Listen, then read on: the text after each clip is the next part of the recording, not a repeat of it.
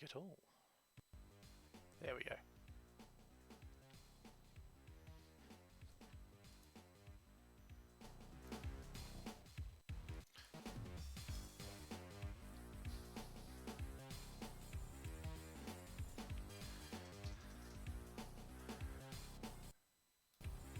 Floppy ears and a big gun. Oh yeah.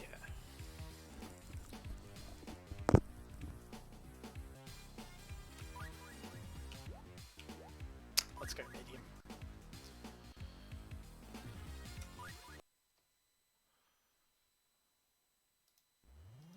Oh. That's better. Whoa, whoa, whoa, whoa. What is going on? What is going on? I'm having control problems.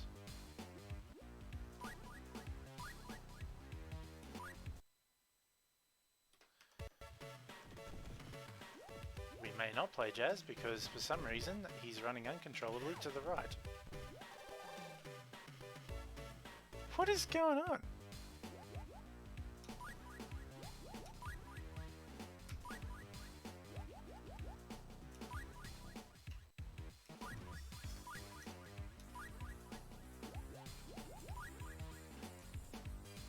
No.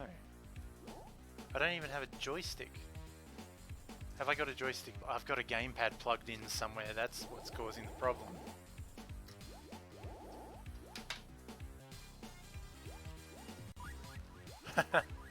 We might just exit that and run the setup. Yeah, that's right. No, it must all be in...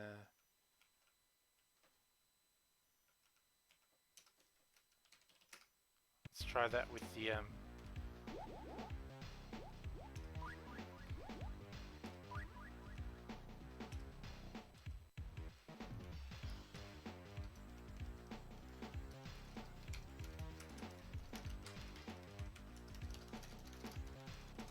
Okay, we're going to play something else. It's a really great game. I don't know why that's not working. Let me try one more thing. Joystick, none.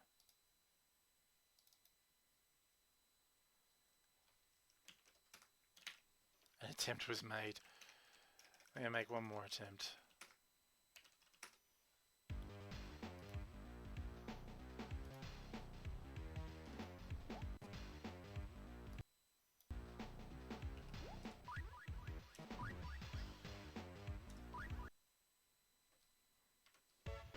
There we go. Okay. This is Jazz Jackrabbit. This is a personal favourite. It was a PC game essentially made by Amiga demo sceners. So they brought a lot of the sensibility of 16-bit European computing to MS-DOS, which wasn't often done. Very similar team to the guys who worked on things like Epic Pinball. Unsurprisingly, it's Epic. And Cliff Basinski, or Cliffy B, as he is now known, was one of the key designers on this. I had the shareware of this game when I was a kid, and it was just one of those ones that I played that one episode over and over and over.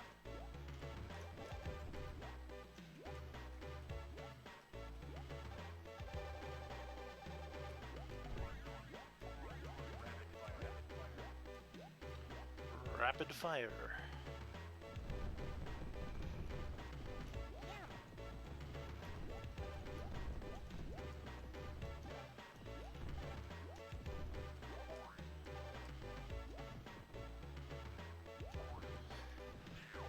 DOS games were very much my era. I was reasonably young. Like, I mean, I started DOS gaming when I was about 3. We got our first computer. And I played things like, I must have been 4 actually. I was playing things like Commander Keen and Jill of the Jungle. Yeah, so like, I can remember when Jazz came out. Like, it wasn't out when I was a kid.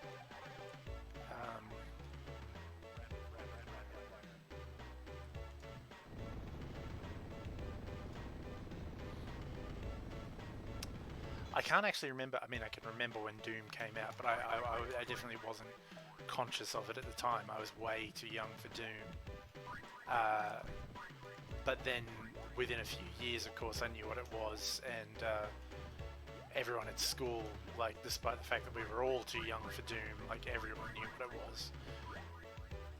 I sometimes wonder if I had a kid, if I would let them play violent video games. I definitely wouldn't let them do it without my supervision. I might let them play something like Doom, like, which is so cartoony. Vaguely remember the game, no clue about those.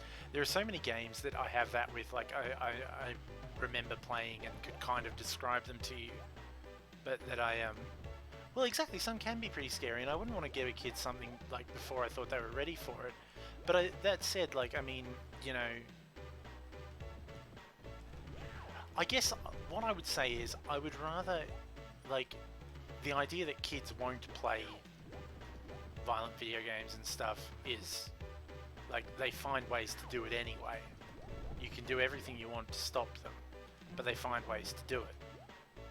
And so in a way, I would almost rather they did it with a parent there to talk them through things if they get, you know, like, yeah, I think you're better off supervising your child's playtime, kind of. Well, yeah, I mean, you know, my mum didn't play games. She definitely wasn't a gamer, and for a while she didn't let me play violent video games that she felt were above my age bracket, which, you know, she was probably quite right.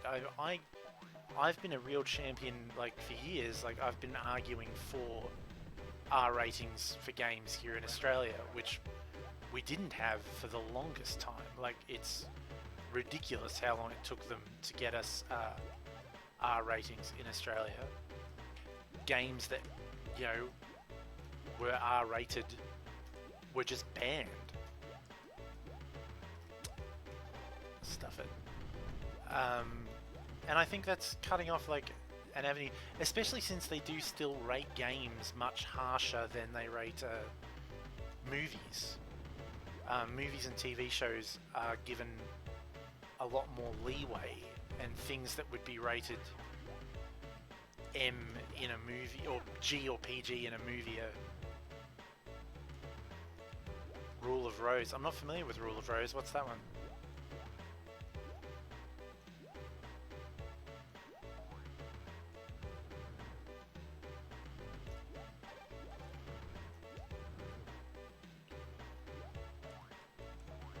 Okay.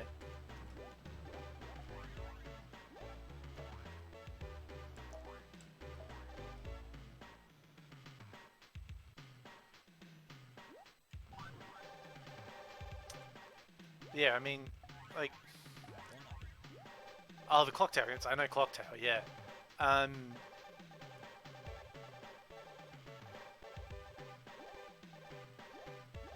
think games just still have this sort of stigma attached to them as being for kids, which they aren't really. Oh yeah, bonus level. I mean, they can be, but, like, the stigma that is still attached to them, that they are just for kids, and therefore, like, they should always be acceptable for children. I would have thought that that would be gone by now, but it's not.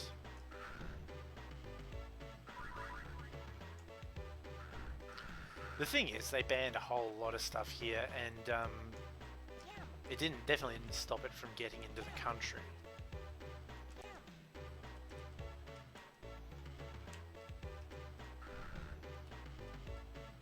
Like, they banned the Punisher game, and I knew a friend who owned it. He just went around, like people just went around the laws. But and also it wasn't a very strictly enforced law. The thing is, like, I think a lot of education has to be done into the people who sell the games. Like, more needs to be done to enforce the rating system. We have a perfectly functional rating system that isn't enforced properly.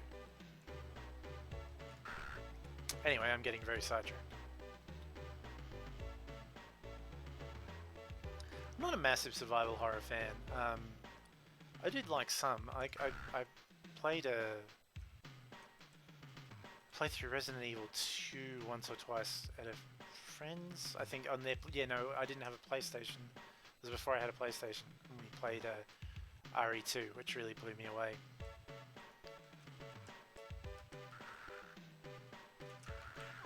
Ow.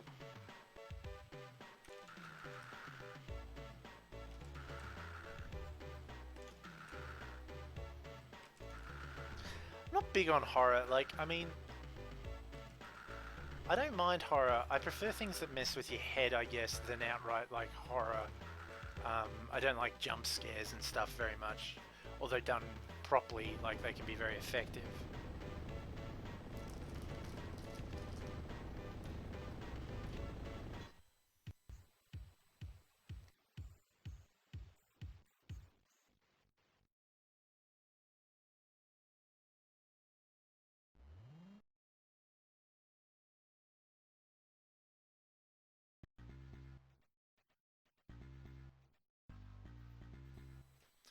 Alright, cheap electric.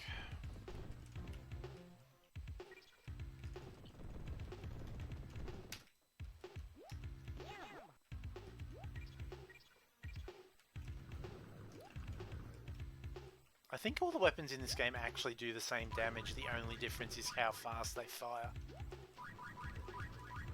And also,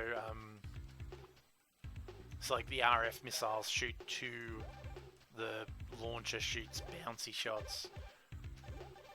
But other than that, like, it's all just the same damage, it's just some things will hit more stuff than others.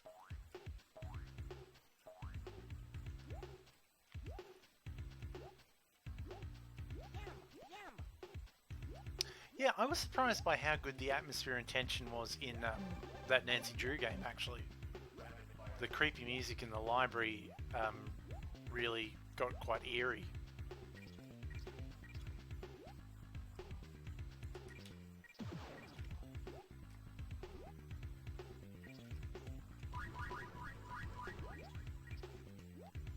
Definitely nothing on a good survival horror game, but very effective. And when someone banged on the door of the teacher's lounge, I just about jumped out of my skin.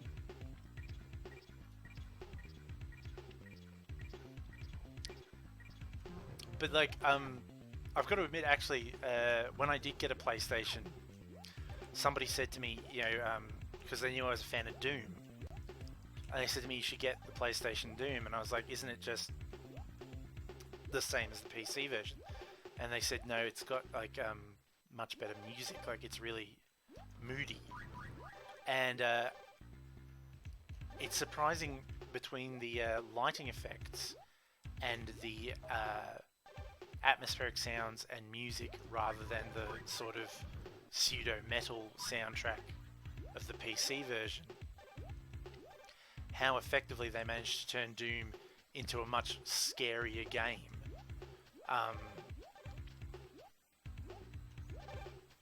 You can do a lot with atmosphere, and like, yeah, I mean, the level design is all the same, like I knew all the levels, but it was surprising how effective just those little changes to the ancillary things, the lighting engine and the music, and it felt like a whole different game. I also think Doom's a very effective kind of scare game in that you do feel outnumbered. Like, very few games these days are willing to throw massive amounts of enemies at you because it's, you know, processor intensive and stuff. Whereas in Doom, all the enemies are 2D sprites and they can throw as many around as they like. I think, no, not this one.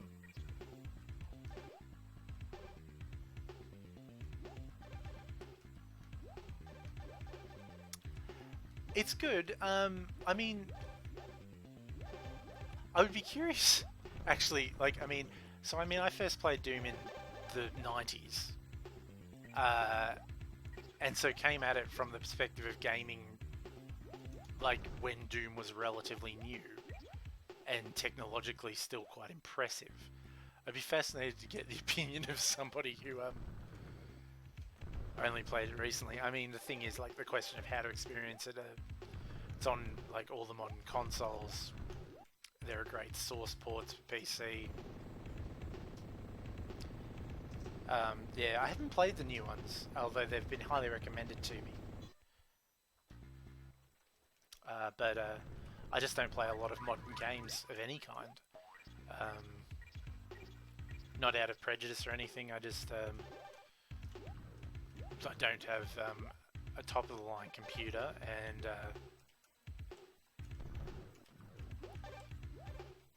I have a PS4, but I actually don't really use it much.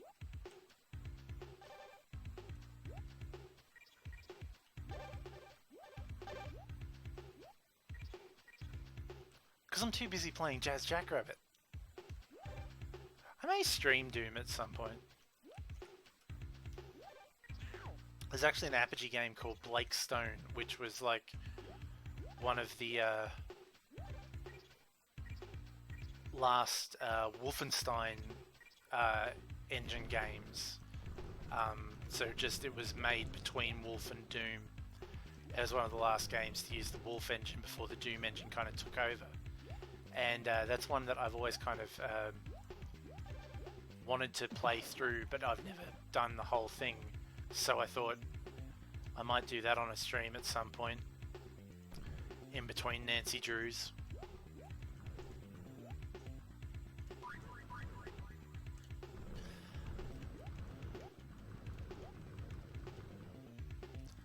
This game is odd in that it, like, the engine encourages you, it wants you to go fast, but actually, like, you should kind of take your time. Although don't take too much time, you get yourself stuck. Like that. I am now one hit away from death.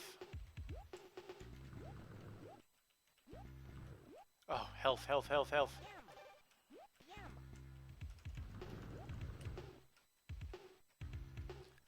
I never noticed, but they're basically boos. They only approach you when you're looking away from them.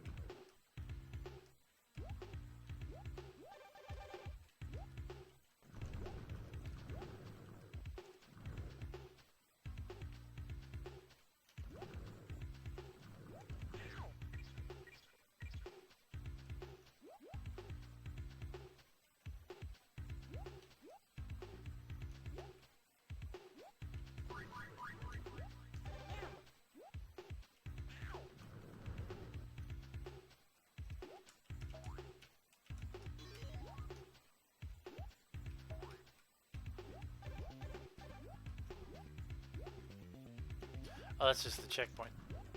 I will shoot that. I don't remember this level being this long. It has been a long time since I played this one. I played Jazz 2 relatively recently,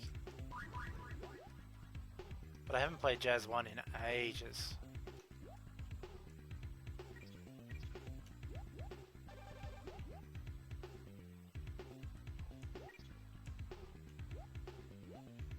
Well, that's that done. No, nothing over here.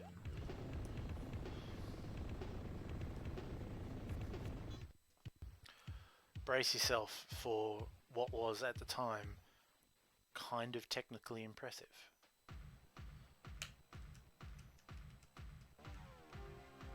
Notice the big kind of I put in front of that. They were very proud of this. Like, it features in all the marketing for Jazz and stuff. What it is nightmarish to control.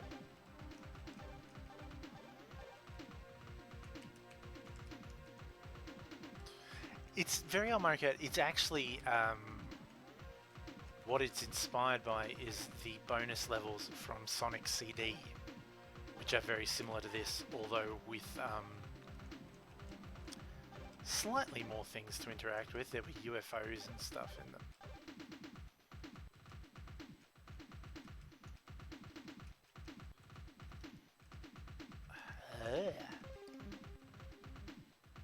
If you want really old Mario Kart, I'll play Wacky Wheels at some point. That was my DOS equivalent. I didn't grow up with consoles. The first non-PC thing I owned was a Game Boy Pocket.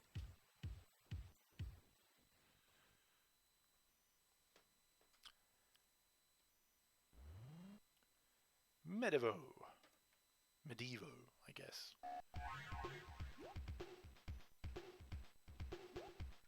When the turtles come along, you must whip them. Those stupid swords.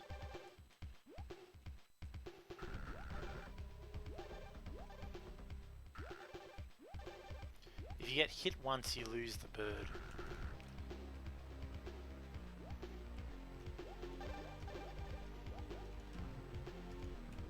Except that I had the shield. Ah, bugger. Yeah, that was inevitable. Okay, that's better. There are destructible walls and stuff in this game. I can never remember where they are.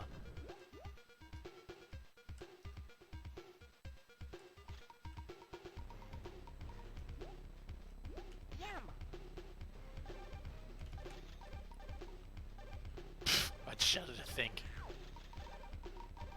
Needless to say, I don't think they were doing a CGA version of this. Actually, there's a cheat that turns it into EGA. I would do it, but I can't remember how to turn it off. But yeah, it turns it into EGA and slows it down. It was a knock at Apogee, who was still making EGA games at the time. Epic were very into VGA. They wanted to make shareware kind of more technically relevant. Oh yeah, I forgot you lose all your ammo when you die. Ah well. Ah.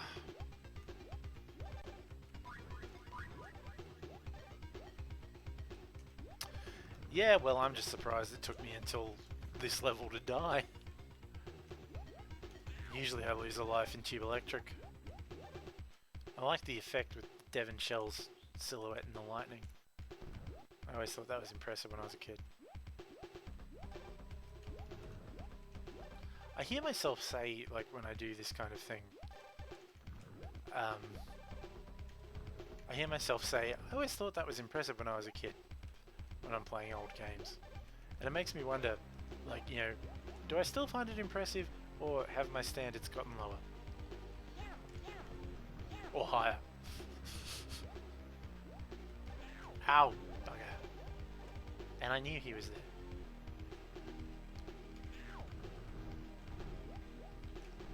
Oh, health, health, health.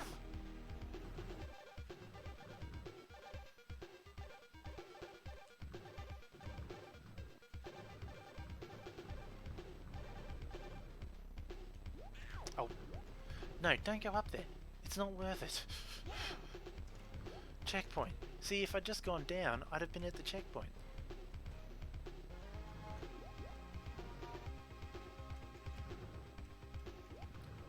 I think we get the hoverboard in this level. It might be the next one, but it's definitely this world. Thief was really cool. I loved Thief. Thief 2 in particular, but all three of the games. I know there is now 4, but I'm referring only to the old ones. Like, they did what they did really well. I think I can think of very few games that did stealth better even today. That said, as I said, I really don't keep up that much with modern gaming. I used to. Like, I used to really be into modern gaming, even though I didn't participate in it. Like, I knew what was coming out and stuff. But I haven't done that for so long now. No, they're great stealth. They do it so well.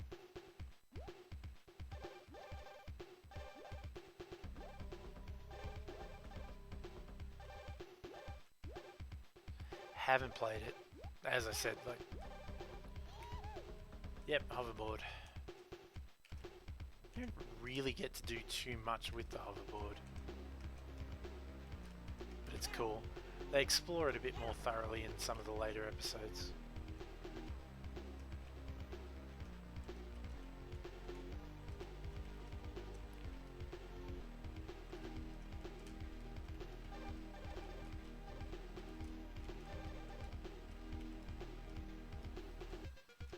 I suppose when I say I don't participate in modern gaming, I more mean like sort of the modern mainstream. Like I do still buy new games, but like they're very different. They're like much. I think I just glitched the game because I was supposed to lose my hoverboard up there.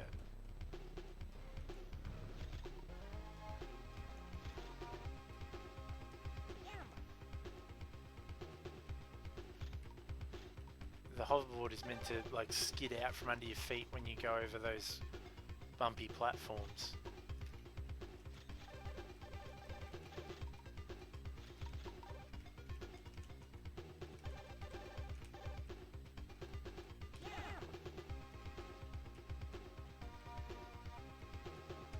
Oh, bugger.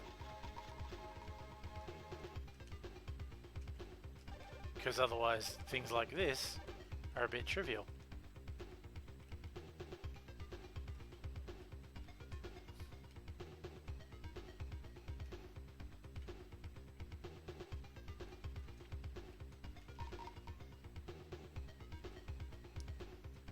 It's entirely possible I'm not meant to be up here.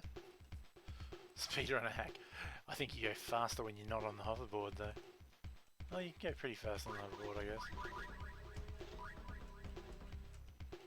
Wait, where's that spring meant to take me? I'd have said over here, but there doesn't seem to be anything over here. Eh. Let's just finish the level.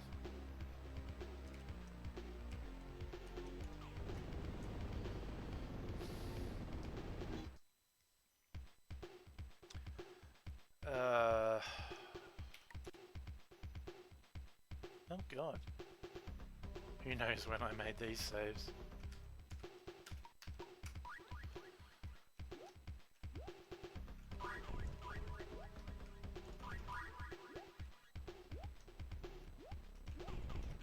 Ah!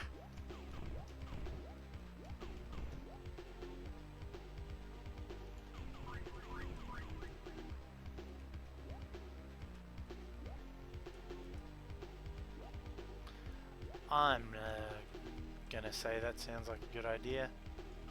It's almost 6 AM, Jesus. It's 1:45 for me. I am definitely going to be heading off pretty soon. I started kind of late because, yeah, you too. I started kind of late because I had the radio. I did my shift at the radio tonight. I didn't finish till 10. Hopefully going to get into more of a rhythm with this streaming stuff. You stay up much later than me. I've got to say, I couldn't make it to 6 these days. Thank you for joining me, and thank you for all your help. Hope to see you again.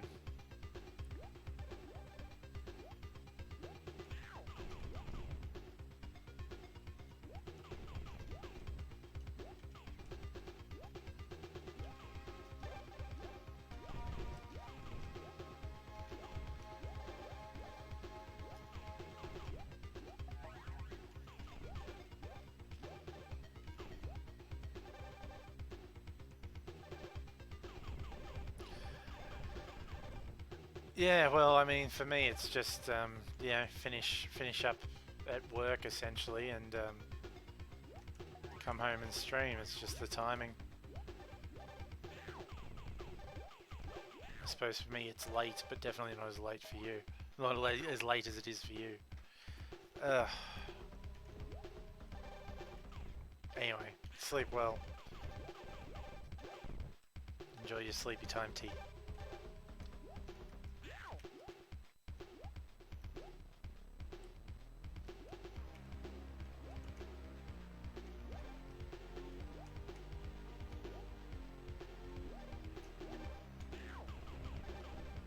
Thanks. I need it.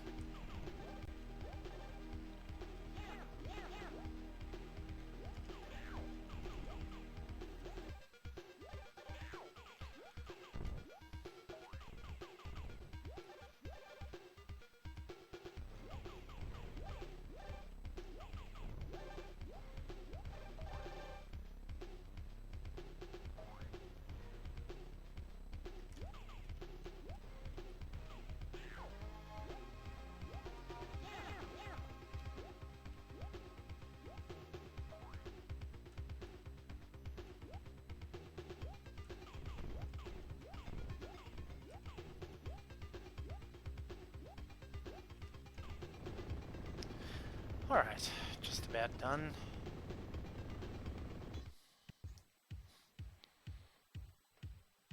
Just the boss to go.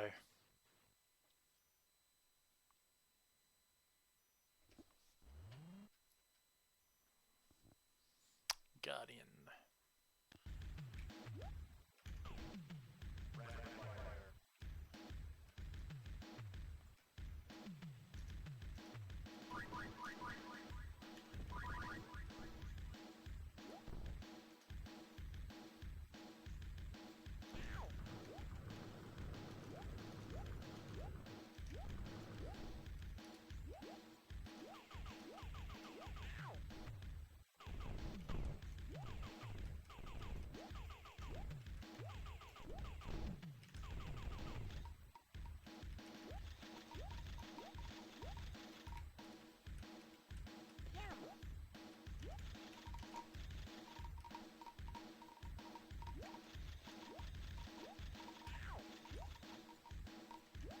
Just launch the launcher like crazy.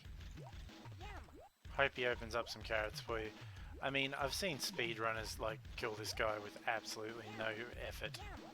So I clearly I'm not very good at it, but there he goes.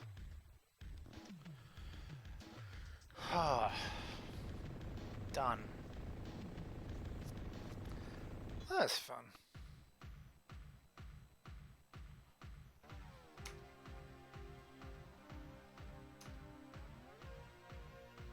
Take your time, Jazz.